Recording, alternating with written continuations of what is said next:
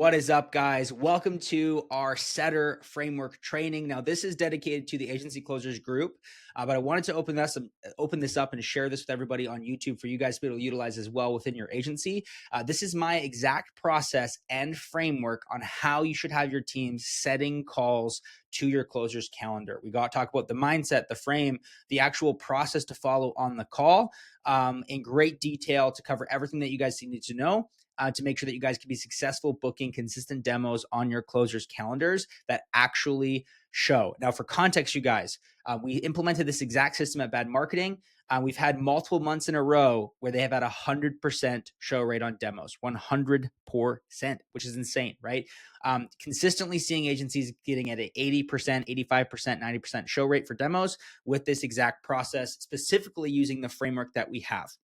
Now, if you guys are new here, my name is Kurtanderton. I'm the CEO of Agency Closers. We coach, train, and manage sales reps within agencies, as well as agency owners, along with placing talent like closers and setters into agencies, as well as info businesses if you guys need anything at all. The links are down below. If you guys have any questions about agency closers, you guys can shoot me a DM on Instagram. Everything you need is down below. Without further ado, let's get right into this training. What is going on, guys? So let's talk about setting. I want to give you guys a full rundown on how I want you guys to approach your set calls to set up the closers the best way possible with the strongest frame possible. Okay. And so this is my entire philosophy when it comes to setting. I'm going to make this short and sweet so you guys can implement this right away. And then I'm going to walk through the actual setting framework that I want you guys to use on your calls. Okay. So first and foremost, there is a philosophy that I have that I want to drill home with you guys. There's two things I want to cover, which is going to be like the premise of everything that we are going to do here. So first and foremost, the number one person, in my opinion, that's going to make the most impact in a business is the setting or SDR team or the customer service team. You guys are the front lines of an organization. Okay. And I'm going to give you a good example of this. You go to Walmart and you walk in the door, and if one of the workers like cussed at you, you'd probably turn around and leave and hate Walmart. You go to a restaurant and the waiter or waitress is doing a horrible job. They don't come to help you. They leave you sitting there for 30 minutes without the bill. Like those types of things make you never want to go back to an establishment ever again. It doesn't matter. It doesn't make it doesn't matter if the CEO is incredible. If the experience is horrible with the frontline workers, then why would you ever want to go back there? It doesn't matter if it's the greatest CEO of all time. And so for you guys, I want you to have this mindset that like how you start your set call determines the success of a demo call, determines the success of an onboarding call, determines a 6 month to a year long relationship. If you have a really horrible experience on the front end with a set team, they're not getting to the demo call. And if they do, the closer has an even harder time because they had such a bad experience with the set call that immediately they're going to have doubts on the agency, right? And so for you guys, the front line, that first call is arguably one of the most important calls of this entire sales process. And I want you guys to have that like pride about this, okay? And so first and foremost, the first person they talk to ultimately is the face of the entire business. So I want you guys to keep that in mind, all right? Second philosophy that I have that is authority first selling. Okay, authority first selling. What does that mean? We are not here to be liked.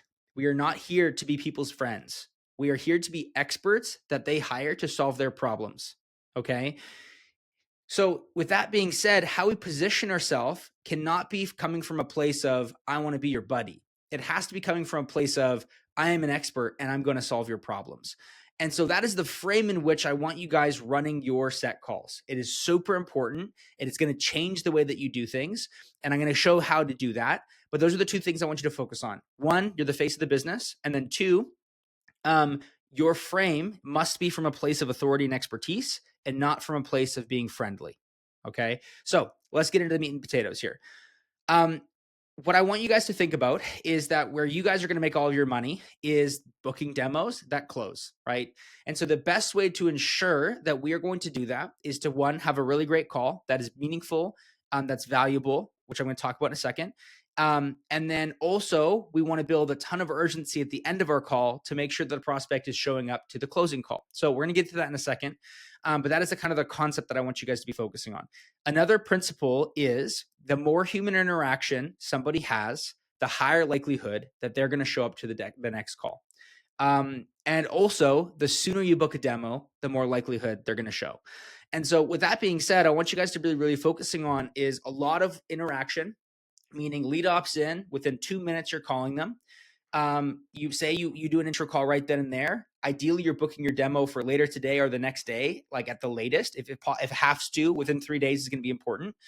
And then after that, I want you guys to take the responsibility of making sure that you are texting manually, sending voice memos to remind people to show up to the demo call.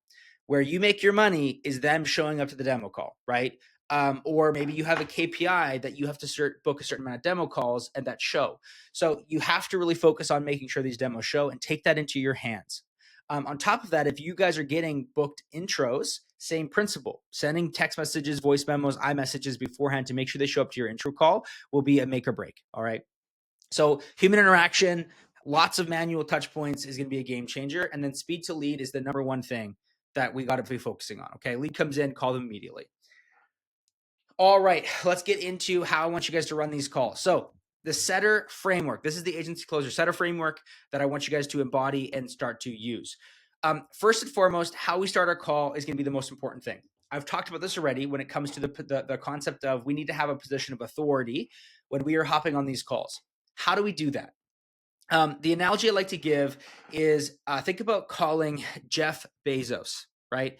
If you gave Jeff Bezos a call and he picked up the phone, do you think that Jeff Bezos is going to want to know about the weather or how your day's been or where you're located or where you're calling from? No, he doesn't give a shit. He also doesn't have the time to care. He's making like $1 million a second. It's probably multiple $1 million a second, literally.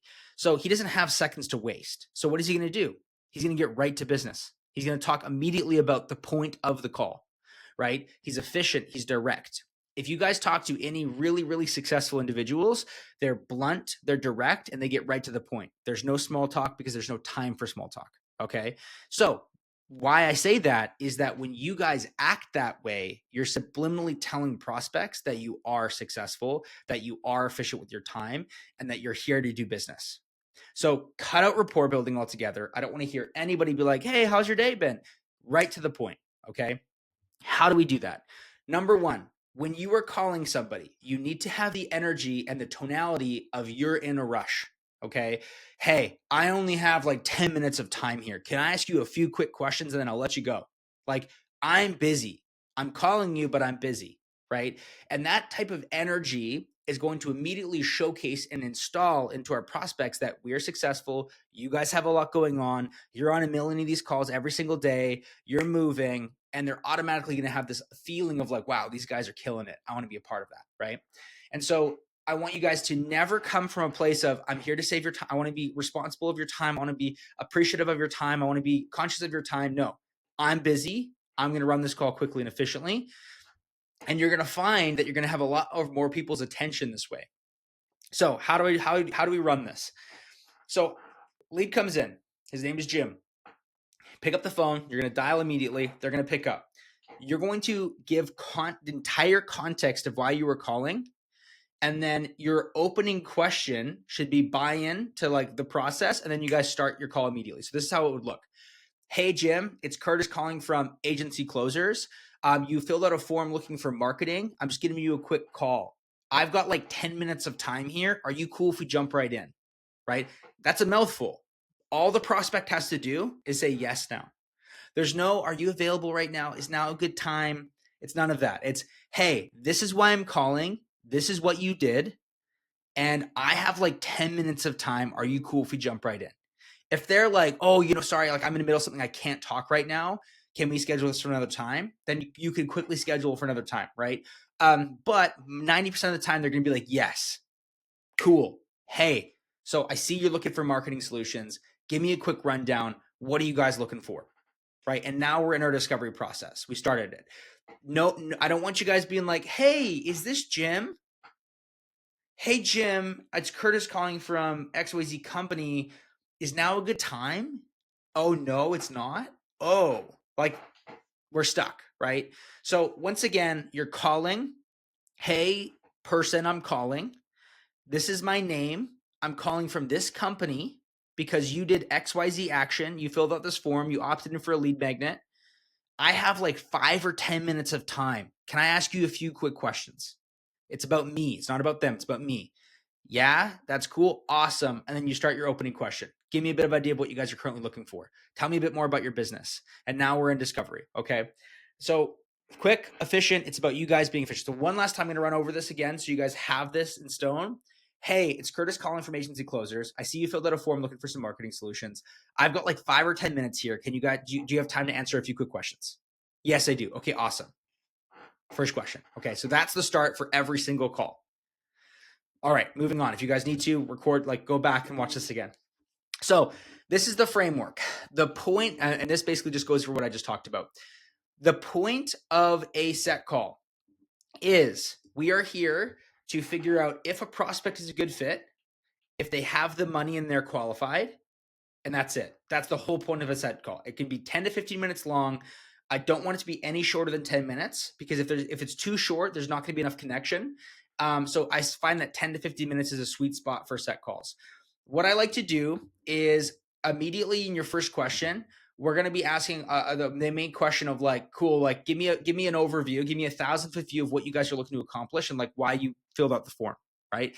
This is the opening question. Let's start by giving me 1,000-foot view of what you guys are looking for to accomplish. This question is going to open up the door to why they booked a call. Oftentimes, they're going to give us a lot of context here. So this is where you're going to be taking notes, obviously.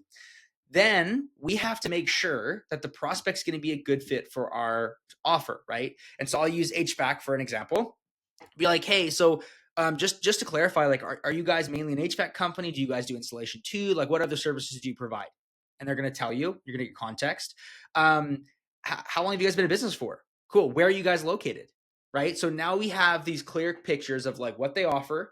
They've been around for 10 years, probably established. They're in LA, whatever it might be. Okay. So now we have this like kind of a picture of where they're coming from. Ideally, we've now qualified that they're the right fit for the service part of it. Cool. They're an HVAC company. We can help them, right? As soon as you check that box and you know that you can help them, you're now going to move on to the marketing questions. Marketing is one, what we're going to be providing them. So it's important and why the topic needs to be covered in really quickly in an intro call is to showcase like, hey, we're a marketing agency. But also this is where we're going to qualify a lot of people very, very quickly. And so I want you guys to think about it this way. You guys need to go one layer deep. We want to be pretty surface level here, just enough information to figure out if they can afford us. But also the reason why is because the closers are going to be going 3 layers deep. They're going to go really, really deep. So we want to be surface level here. So, hey, how are you currently getting leads?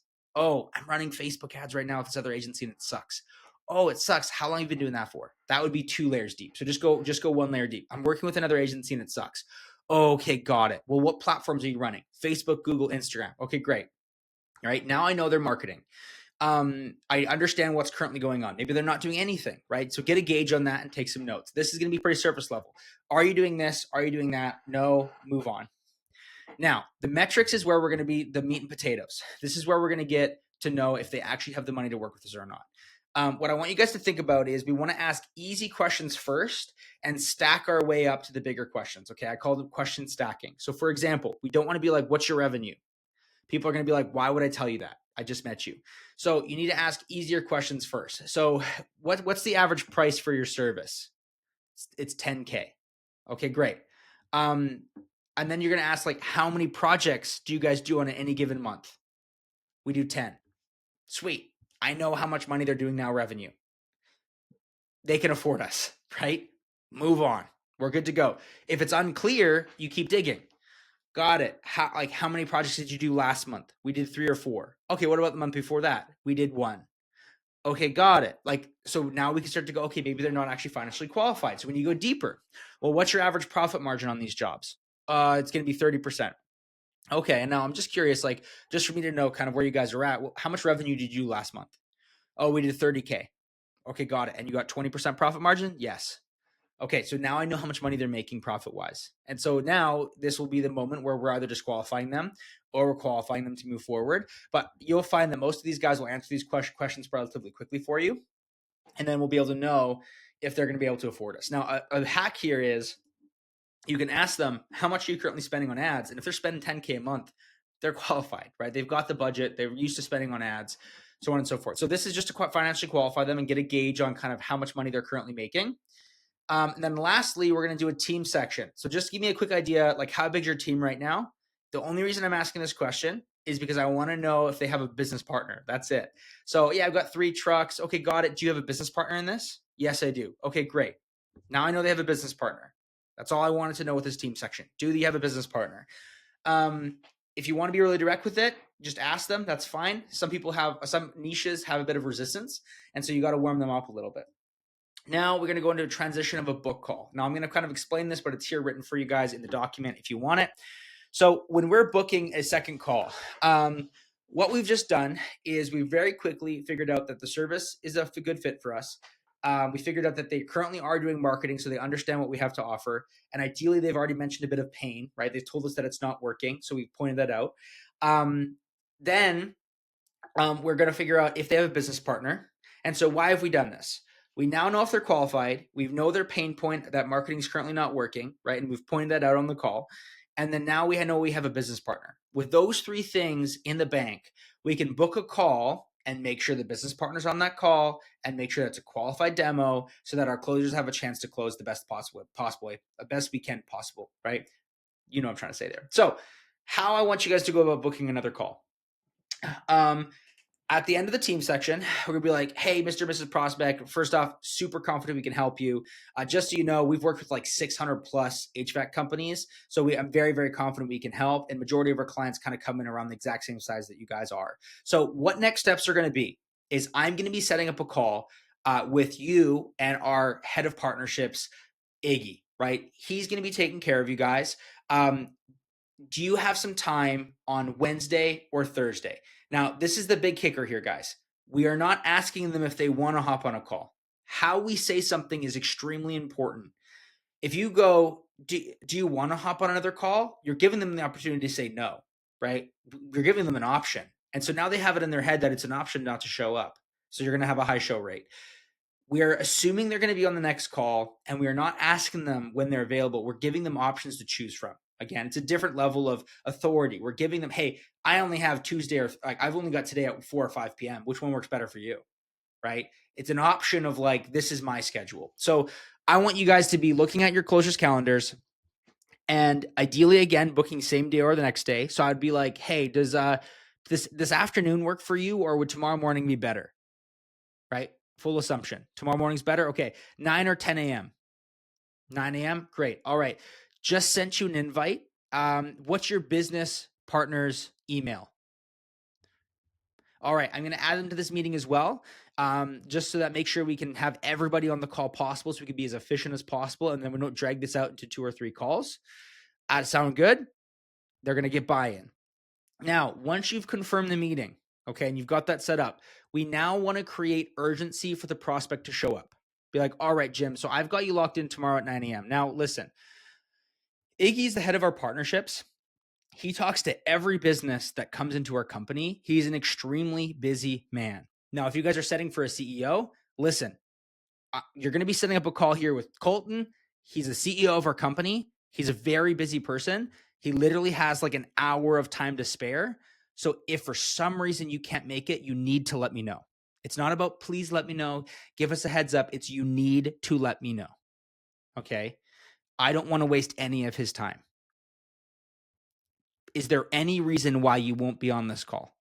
No, we're for sure going to be there. Okay. Again, you need to let me know if you can't make it, right? We're doubling down on this. It's important that you are there. Yes, we will be there. Okay, great. Hey, really great chatting with you. Your call's all set up for Thursday. Iggy's looking forward to chatting with you. Let me know if you have any questions in the meantime. Have a good day. End the call. Okay. So just to recap that, what we want to do is we want to confirm the meeting time. Again, we're not asking permission. We're assuming and giving them times and availability. We're not asking them what's best for them. We're giving them options to choose from.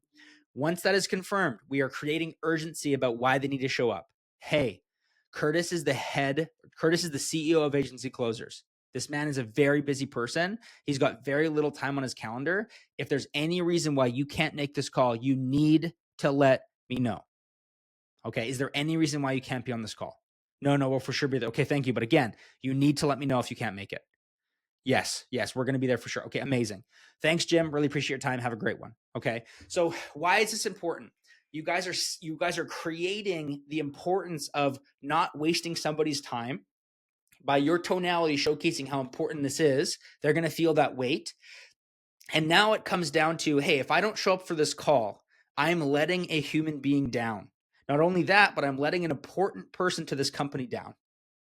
There's a level of like human urgency there that will create more of a desire to show up, but also more of a need to show up to that call.